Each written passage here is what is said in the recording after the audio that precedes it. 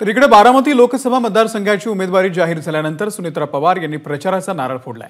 पुण्यातील बावधन भागातील सोसायटीमध्ये जाऊन त्यांनी नागरिकांशी संवाद साधला। पंतप्रधान नरेंद्र मोदी यांच्या दूरदृष्टीमुळे विकास झाल्याचं त्यांनी यावेळी म्हटलेलं आहे।